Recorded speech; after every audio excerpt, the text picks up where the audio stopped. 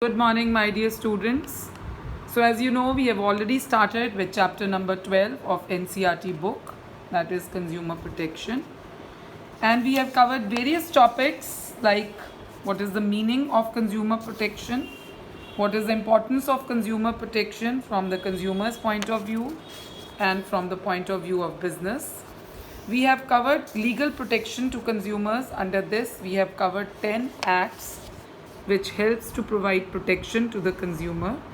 Then we started with the Consumer Protection Act 1986, which is the most important act for the protection of the consumers. Under that, we covered consumer rights. There are 6 major rights of the consumer. Then consumer responsibilities we covered in detail. Then in my yesterday's video, we covered ways and means of consumer protection. I hope all these topics are absolutely clear to you. Now today, I am going to start with the topic Redressal Agencies under the Consumer Protection Act.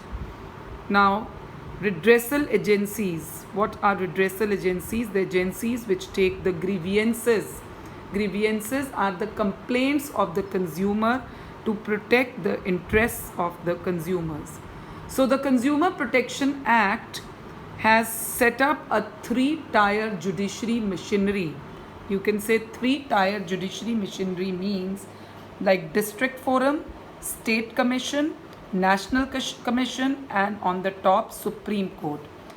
So district forum, state commission, national commission, and Supreme Court. So this is the 3-tier, these 3 tiers.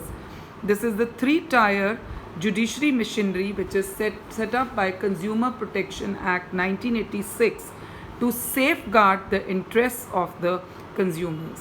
So before studying these in detail, that is district forum, state commission, and national commission, this is the hierarchy which we follow. The district forum, that is the state commission and national commission. The national commission is set up by the central government. The state commission and district forums are set up by state and district respectively. So district forum is basically set up by district. State commission is set up by state government, and national commission is set up by the central government. So this is the hierarchy which we follow in Consumer Protection Act 1986, and we are going to study this 3-tier judiciary system in detail. This question is very, very important from case study point of view also, and we will cover the case studies also from this topic later on. Now, first of all, before studying this 3-tier judiciary system, let's study who is a consumer. Then second point, who can file a complaint, and then we will move on to the 3-tier judiciary system, that is district forum, state commission, and national commission. So first of all, who is a consumer? Sometimes in 3 marks question, this question comes that who is a consumer? This is a very, very important question from examination point of view, that who is a consumer. We will read it and then I'm going to explain it to you very nicely that who is a consumer. First of all, in a layman language, as you know, a consumer is a person who uses or consumes good, or a person who avails any service. So I hope this is absolutely clear to you that a consumer is a person who consumes or uses the goods or avails any service.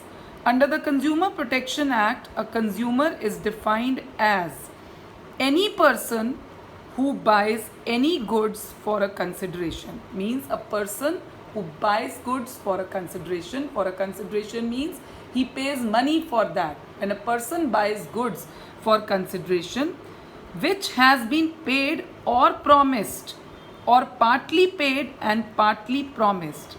The consideration, the money which has been paid or has been promised.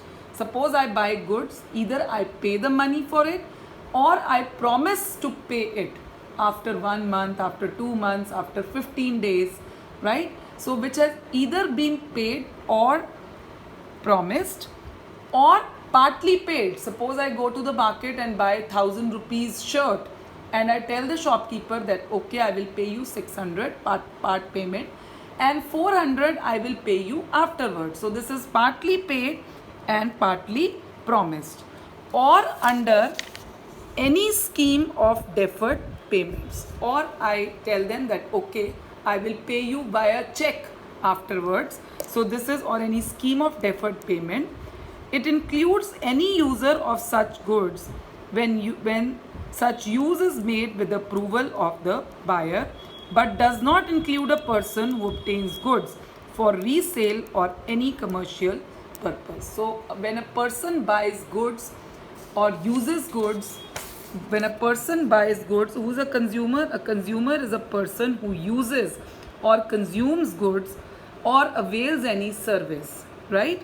So any person who buys any goods for a consideration, so any person who buys goods for a consideration means for money, which has been partly paid or promised, which has been paid or promised, or partly paid or promised, or under any other deferred payment system, or under scheme of deferred payment, right? So it includes a user who buys goods for his own use, but does not include a person who obtains goods for resale or any commercial purpose. Means if I buy goods for resale or for commercial purpose, then I am not a consumer. If I buy goods for my own use and I consume goods, then only I am considered to be a consumer. So I hope you have understood what is the meaning of consumer.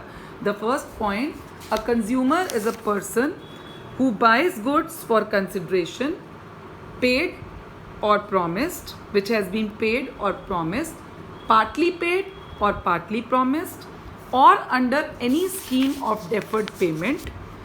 It includes a person who buys goods for his own use, but does not include a person who obtains goods for resale or any commercial purpose. So this person is known as a buyer. Now second, any person who hires or avails any service for a consideration. Buys goods is okay, but any person who avails service for or hires service for a consideration, paid or promised, partly paid or partly promised, or under any scheme or system of deferred payment.